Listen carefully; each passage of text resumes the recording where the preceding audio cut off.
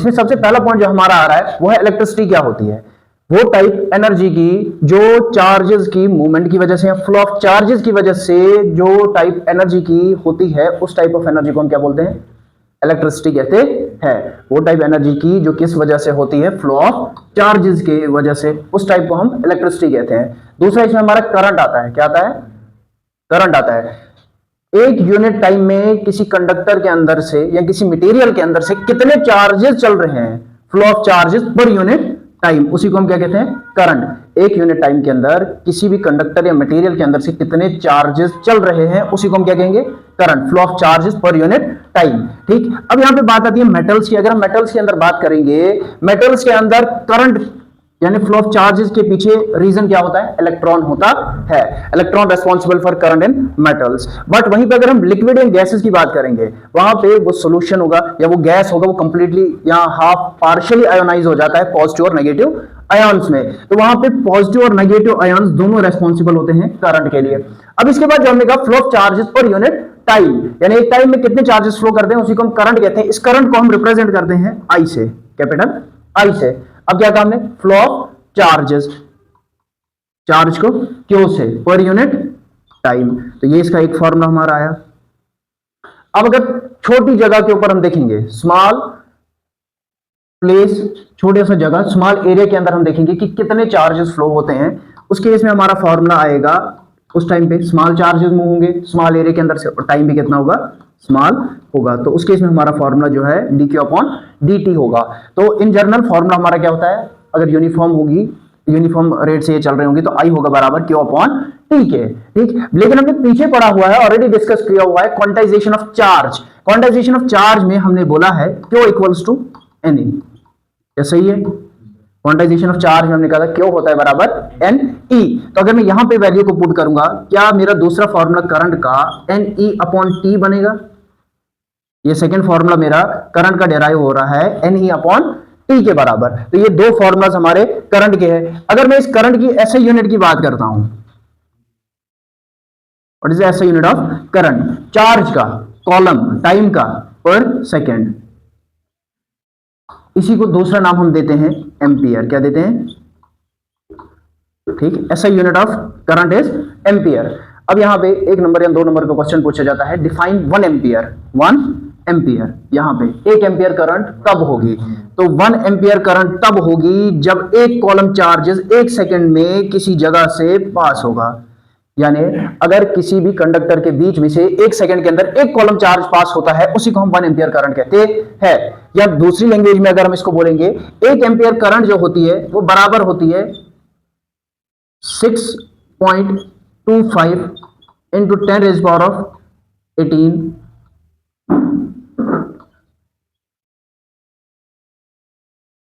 Electrons पर second. इसका दूसरा फॉर्मूला हमारा यहां पे निकलेगा। एक एम्पियर कितना होता है, अगर एक सेकंड के अंदर किसी जगह से 6.25 into 10 raise power of 18 electrons pass होते हैं, कितने, 6.25 into 10 raise power of 18 electrons pass होते हैं, उसी को हम एक एम्पियर करंट कहते हैं। अब ये कहां से आया, इसको भी हमने ऑलरेडी डिस्कस किया हुआ है। क्या किया हुआ है, ऑलरेडी पीछे हमने डिस्कस किया हुआ है। यहां से अगर हम देखेंगे, charge of one electron is 1.6 into 10 power of -19, ठीक है, चार्ज ऑन वन इलेक्ट्रॉन। ठीक है, तो वहां से अगर हम इसको डिवाइड करते हैं तो वो किसके बराबर आएगा, 6.25 इंटू 10 पावर ऑफ 18 इलेक्ट्रॉन्स पर सेकेंड। तो एक एम्पियर वो करंट होती है, वो करंट, ठीक, जहां पे एक सेकंड के अंदर एक कॉलम चार्ज जो है वो फ्लो होते हैं। या एक सेकंड के अंदर अगर 6.25 इंटू 10 पावर ऑफ 18 इलेक्ट्रॉन्स किसी जगह से पास होते हैं, फ्लो होते हैं, तो उसको भी हम एक एम्पियर करंट कहते हैं। अब ये करंट जो होती है, ये करंट एक स्केलर क्वांटिटी है। क्या है,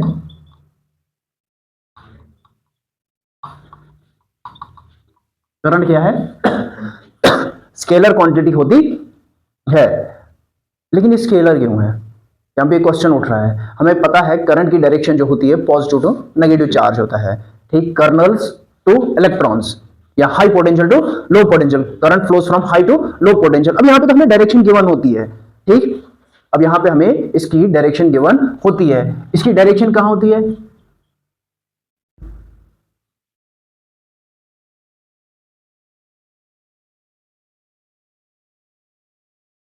इसको इस तरीके से लिखो, it flows in direction of positive charge.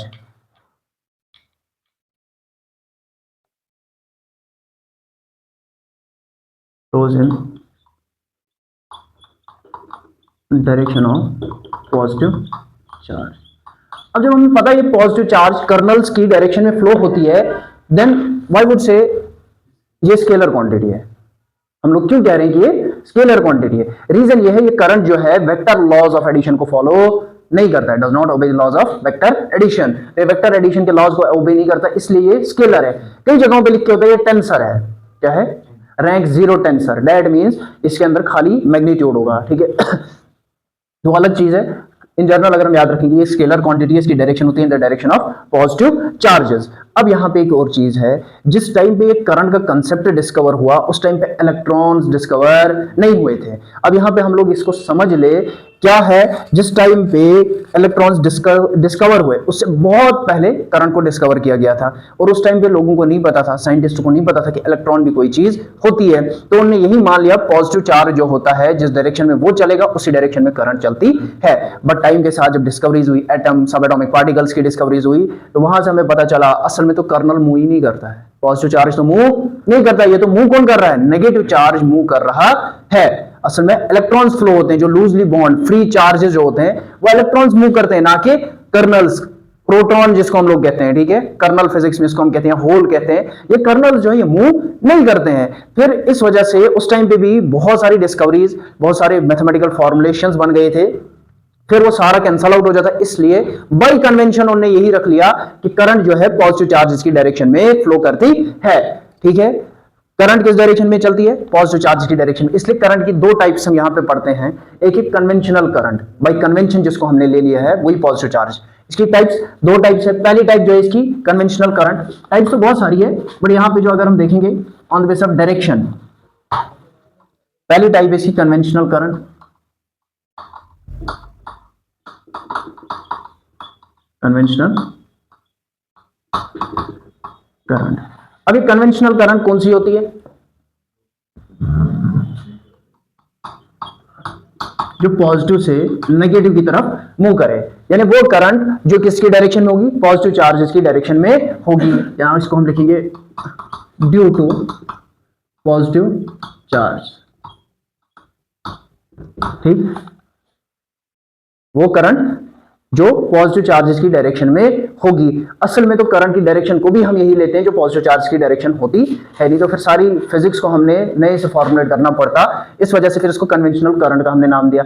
अब अगर हम देखेंगे इलेक्ट्रॉन्स फ्लो करते हैं, इलेक्ट्रॉन्स असल में फ्लो करते हैं, तो उस करंट को हम क्या कहेंगे? Electronic current. क्या कहते हैं?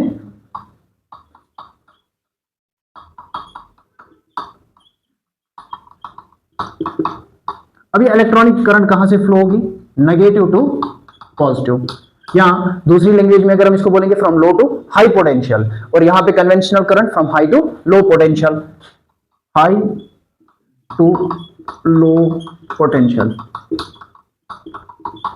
और electronic current low to high potential. और ये इलेक्ट्रॉनिक करंट किसकी वजह से होती है? ड्यू टू इलेक्ट्रॉन्स या नेगेटिव चार्जेस। वो करंट जो इलेक्ट्रॉन्स या नेगेटिव चार्जेस की वजह से होती है उसको हम क्या कहते हैं? इलेक्ट्रॉनिक करंट कहते हैं।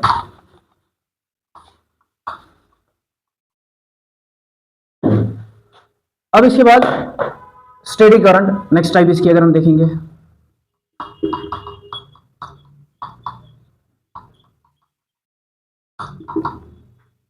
अभी स्टडी करंट कौन सी होती है? वो करंट जो टाइम के साथ अपने मैग्नीट्यूड को चेंज ना करे, यानी वो करंट जिसका मैग्नीट्यूड टाइम के साथ साथ सेम रहे, कांस्टेंट रहे, वैसी करंट को हम क्या कहते हैं? स्टेडी करंट रहते हैं, यानी सेम, नॉन वेरिएबल, ठीक है। ये वेरिएबल नहीं होती है। नॉन वेरिएबल करंट या स्टडी करंट वो होती है जिसमें मैग्नीट्यूड टाइम के साथ चेंज नहीं होता है।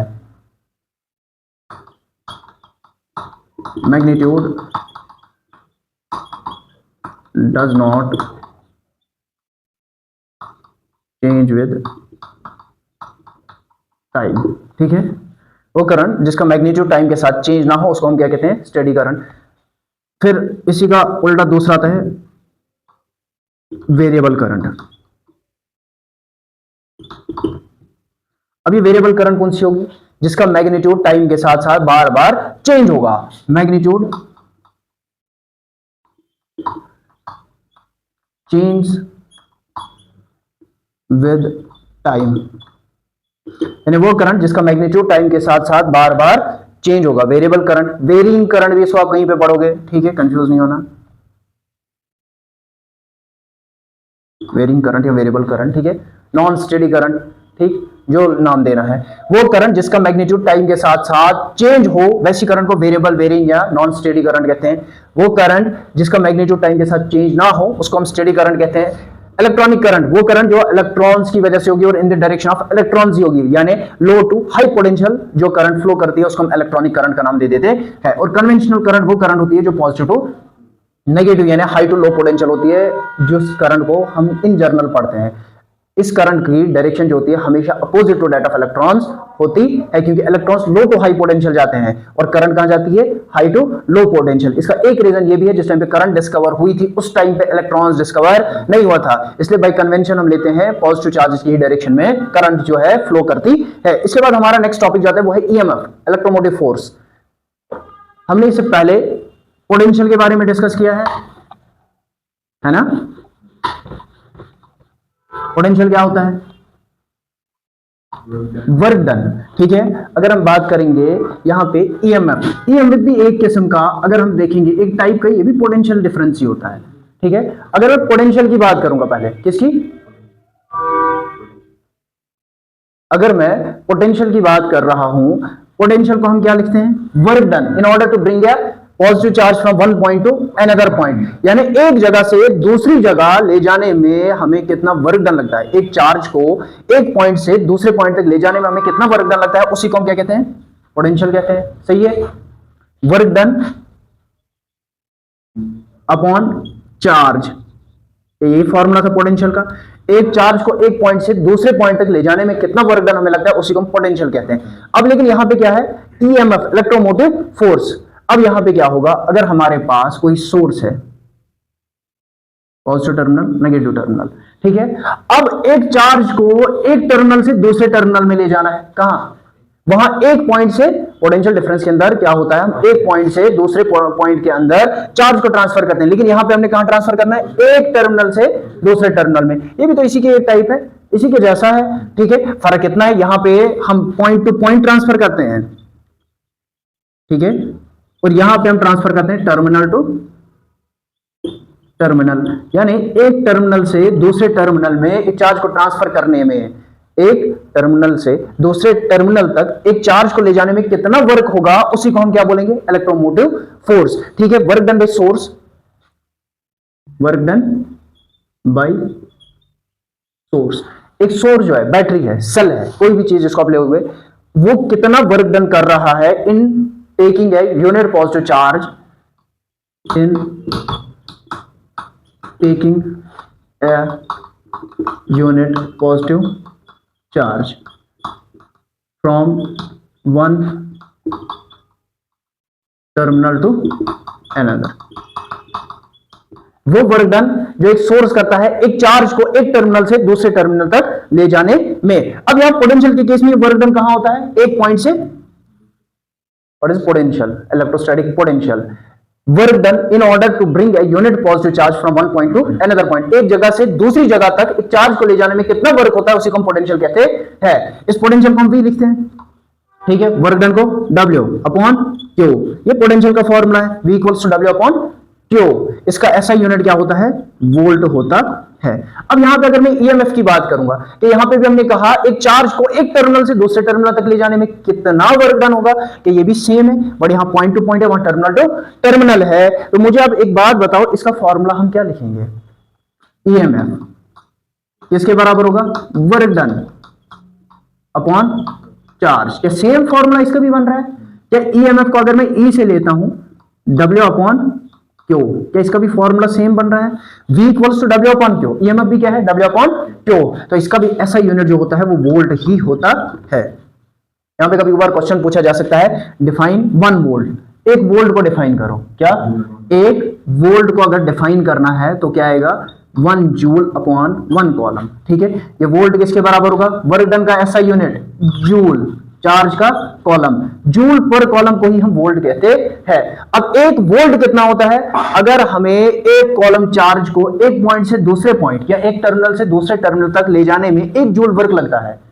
एक कॉलम चार्ज को एक पॉइंट से दूसरे पॉइंट तक, यानी यहां से मैंने एक कॉलम चार्ज को लिया यहां तक, इसको यहां से यहां तक ले जाने में मुझे 1 जूल वर्क अगर लग रहा है, उस टाइम पे मेरा पोटेंशियल है, मेरा ईएमएफ कितना होगा? 1 वोल्ट के बराबर होगा। ठीक है, इसके बाद अगर हम बात करेंगे, क्या मैं इस ईएमएफ को बोल सकता हूं maximum potential difference of circuit? क्या मैं इसको बोल सकता हूं maximum potential difference of circuit? क्यों? क्योंकि इसको कहां से हम ले रहे हैं? एक पॉइंट से दूसरे पॉइंट नहीं, पूरे एक टर्मिनल से दूसरे टर्मिनल तक लेके जा रहे हैं। इसके बाद अगर हम बात करते हैं, हमारा इसमें आता है करंट डेंसिटी। क्या आता है हमारा? इसके बाद का टॉपिक जो है वो है करंट डेंसिटी।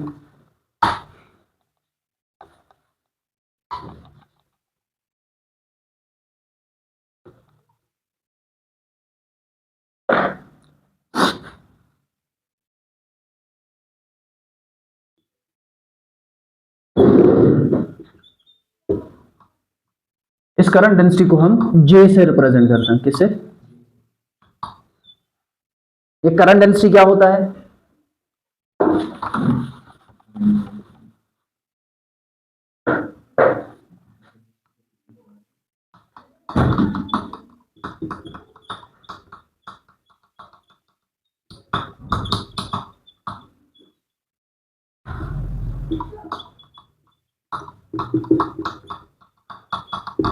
ठीक, एक यूनिट एरिया से कितनी करंट फ्लो होती है उसी को हम करंट डेंसिटी कहते हैं। ठीक है, एक यूनिट एरिया से कितनी करंट फ्लो होती है उसी को हम क्या कहते हैं? Current density. अब यहां पे एक चीज आती है, जो ये एरिया है, एरिया ये परपेंडिकुलर होता है किसके?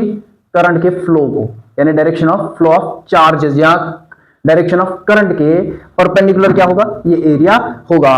एक यूनिट एरिया से कितनी करंट फ्लो होती है, amount of current flowing per unit area, उसी को हम क्या कहते हैं? Current density. लेकिन ये एरिया जो इसमें होता है परपेंडिकुलर होता है to the direction of flow of current, perpendicular to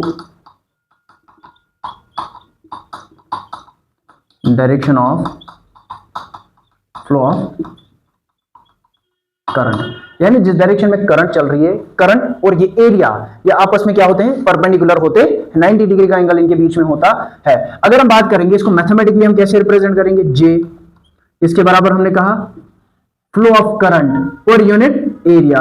I हो गया करंट, नीचे हो गया एरिया। एक फॉर्मूला इसका हमारा ये नहीं कर रहा है, करंट डेंसिटी बराबर होता है I अपॉन A के। दूसरा फॉर्मूला अगर मैं बोलूंगा, क्या मुझे पता है पीछे अभी हमने किया, I किसके बराबर होता है? Q अपॉन T के। सही है, अगर मैं इसको यहां पे पुट करूंगा, क्या मेरा यही J जो है ये बनेगा Q अपॉन AT? क्या मेरा ये फॉर्मूला बनेगा J equals to Q upon AT के बराबर? ठीक है, क्यों? I होता है बराबर Q अपॉन T के, तो ये डाला J होगा, इसका दूसरा फॉर्मूला हमारा निकलता है Q अपॉन AT के बराबर निकलता है। अगर मैं इसके SI यूनिट की बात करता हूं, इसका SI यूनिट क्या होगा? इसका SI यूनिट करंट का एम्पियर और एरिया का मीटर स्क्वायर, एरिया A पर मीटर स्क्वायर का यही होगा। यहां आप इसको ऐसे भी लिखते हो AM-2, ठीक है, एम्पियर पर मीटर स्क्वायर। इसके ऊपर एरो है तो यहां से हमें समझ आना चाहिए ये एक वेक्टर क्वांटिटी होती है। ठीक है, इसके बाद अगर हम बात करते हैं ओम्स लॉ, ऑलरेडी डिस्कस किया हुआ है ओम्स लॉ के बारे में। किसके बारे में? अभी यहां पे खाली ओम्स लॉ पढ़ना है, आगे जाके हमने इसको डेराइव भी करना है, प्रूफ करना है। ठीक है, ओम्स लॉ को डेराइव भी करना है। अब ये ओम्स लॉ की अगर मैं बात करता हूं, ओम्स लॉ क्या है?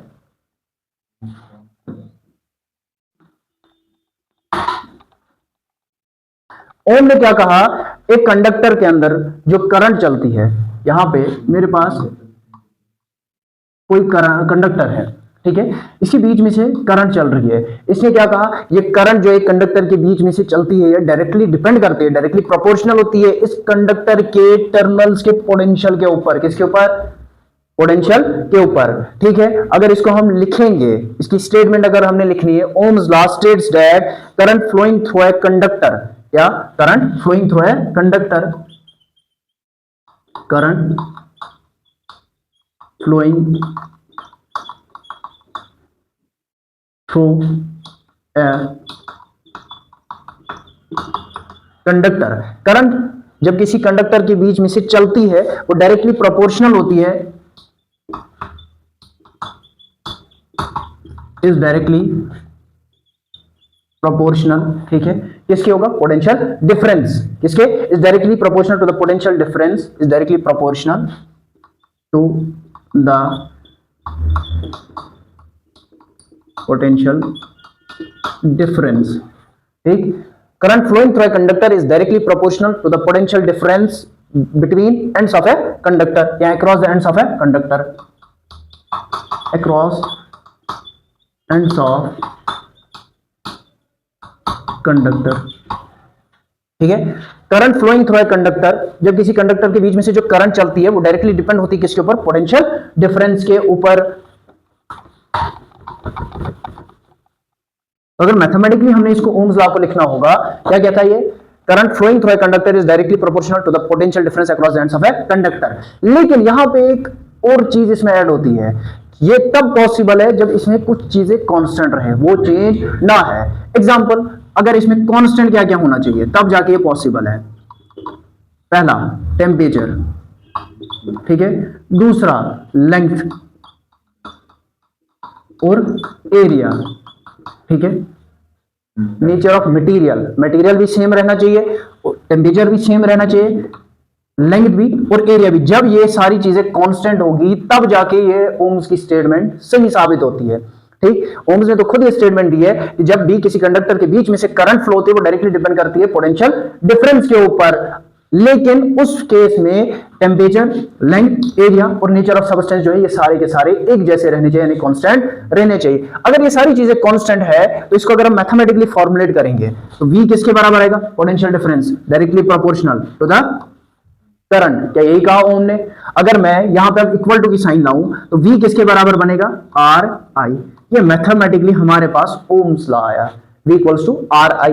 अब ये प्रोपोर्शनलिटी कांस्टेंट है, ये r क्या है, प्रोपोर्शनलिटी कांस्टेंट है, और इसी प्रोपोर्शनलिटी कांस्टेंट को ही हम बोलते हैं रेजिस्टेंस। क्या बोलते हैं, ये प्रोपोर्शनलिटी कांस्टेंट R जो है इसी को हम क्या कहते हैं, रेजिस्टेंस, ठीक है। ये रेजिस्टेंस क्या V और I के ऊपर डिपेंड करता है, नहीं, ये तो प्रोपोर्शनलिटी कांस्टेंट है, ये रेजिस्टेंस इंडिपेंडेंट,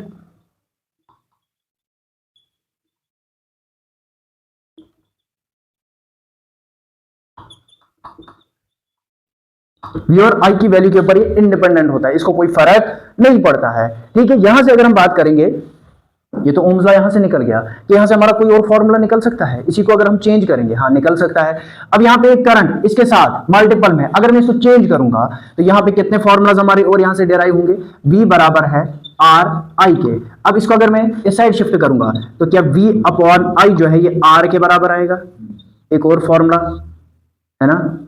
अब इसके अलावा क्या कोई और फॉर्मूला मेरा यहां से डेराइव हो सकता है, अपॉन, हाँ वो तो है करंट का, लेकिन रेजिस्टेंस का फॉर्मूला अगर मैं इसको रेसिप्रोकल करता हूं, आई अपॉन वी, क्या ये 1 अपॉन आर के बराबर बनेगा। यहां पे बोर्ड में बच्चे फंस जाते हैं, यहां पे इसके ऊपर अगर ग्राफ आया वी आई ग्राफ, ये तो एक दूसरे के ऊपर इक्वली डिपेंड करते हैं, लीनियर ग्राफ बनेगा दोनों केसेस में, लेकिन क्या होगा, एक में डायरेक्ट होगा और एक में इनवर्स होगा, ठीक है। अब यहां से अगर हम देखेंगे ये करंट जो है ये इनवर्सली डिपेंड करती है रेजिस्टेंस के ऊपर, किसके ऊपर, यहां से ये फॉर्मूला हमारा निकला, करंट इनवर्सली डिपेंड होती है रेजिस्टेंस के ऊपर। दैट मींस अगर रेजिस्टेंस किसी सबस्टेंस की बढ़ी तो फ्लो ऑफ चार्जेस यानी करंट जो है कम हो जाएगी, रेजिस्टेंस कम होगी तो करंट बढ़ जाएगी। अब यहां से अगर हम इसको देखेंगे, आई का फॉर्मूला क्या आएगा, करंट का फॉर्मूला हमारे यहां से दूसरा निकलेगा, I equals to v upon r, ये हमारा एक और फॉर्मूला निकला। इस रेजिस्टेंस के एसआई यूनिट की अगर मैं बात करता हूं, इसका एसआई यूनिट जो होता है, इसका एसआई यूनिट क्या होता है, ओम होता है। क्या होता है, ओम होता है। इस तरीके से हम इसको रिप्रेजेंट करते हैं, SI unit of resistance is ohm. अब जो मैंने यहां पे ग्राफ की बात की, अगर मैं इस ग्राफ को बनाऊंगा तो किस तरीके का ग्राफ मेरा यहां पे बनेगा,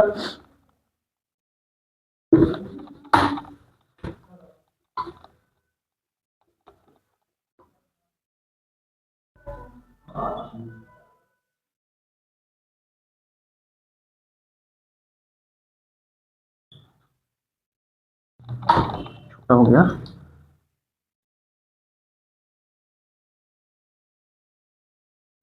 वी आई। अब ये तो डायरेक्टली प्रोपोर्शनल है, जितना आई बढ़ेगा उतना वी भी बढ़ेगा, तो यहां पे लीनियर ग्राफ बनेगा, स्ट्रेट लाइन हमारा ग्राफ होगा। क्या होगा? स्ट्रेट लाइन हमारा ग्राफ होगा। और यहां पे slope of V I graph का, वी आई ग्राफ का स्लोप जो है वो हमें क्या देता है? रेजिस्टेंस को देता है।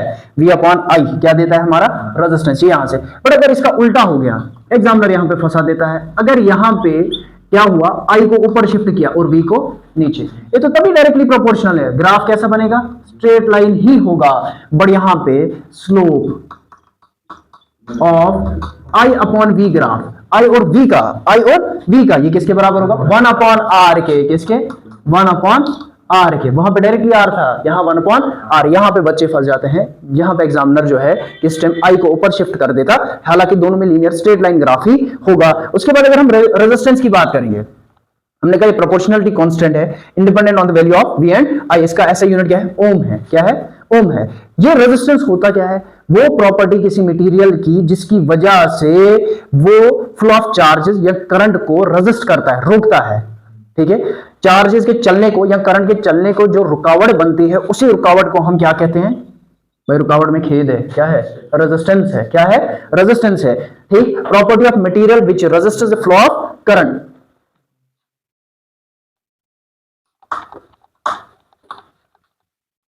property of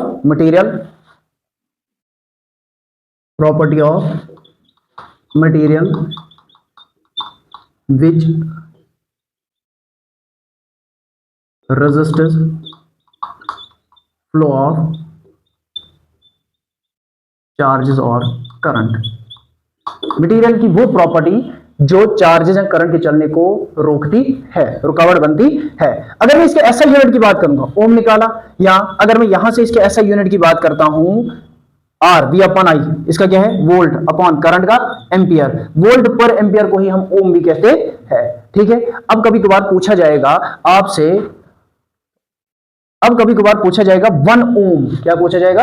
1 ओम। ठीक है, एक ओम कितनी रेजिस्टेंस होगी? अब इसका फॉर्मूला हमने ऑलरेडी निकाला, क्या है? आर बराबर होगा वी अपॉन आई के। ठीक है, अब 1 ओम कब होगा? जब 1 वोल्ट अपॉन 1 एम्पियर होगा। ठीक है, जिस टाइम पे किसी कंडक्टर के बीच में से 1 एम्पियर की करंट फ्लो होगी और उसके एंड्स का पोटेंशियल डिफरेंस 1 वोल्ट होगा, उस टाइम पे जो रेजिस्टेंस होगी उसी को हम 1 ओम रेजिस्टेंस कहते हैं। यहां पे 1 ओम रेजिस्टेंस भी डिफाइन हो गया। अगर एक कंडक्टर के एंड्स का पोटेंशियल डिफरेंस 1 वोल्ट है, कितना है? 1 वोल्ट है, और उसके बीच में से 1 एम्पियर ऑफ करंट फ्लो होती है, उसी को हम 1 ओम रेजिस्टेंस कहते हैं। वो प्रॉपर्टी मटेरियल की जिसकी वजह से वो चार्जेस या करंट के फ्लो को रोकता है। इसका डायमेंशनल फॉर्मूला क्या होता है? Dimensional formula of resistance. Resistance का डायमेंशनल फॉर्मूला क्या होगा? फॉर्मूला से उधर से डिराइव कर लेना, M1 L2 T-3 A-2।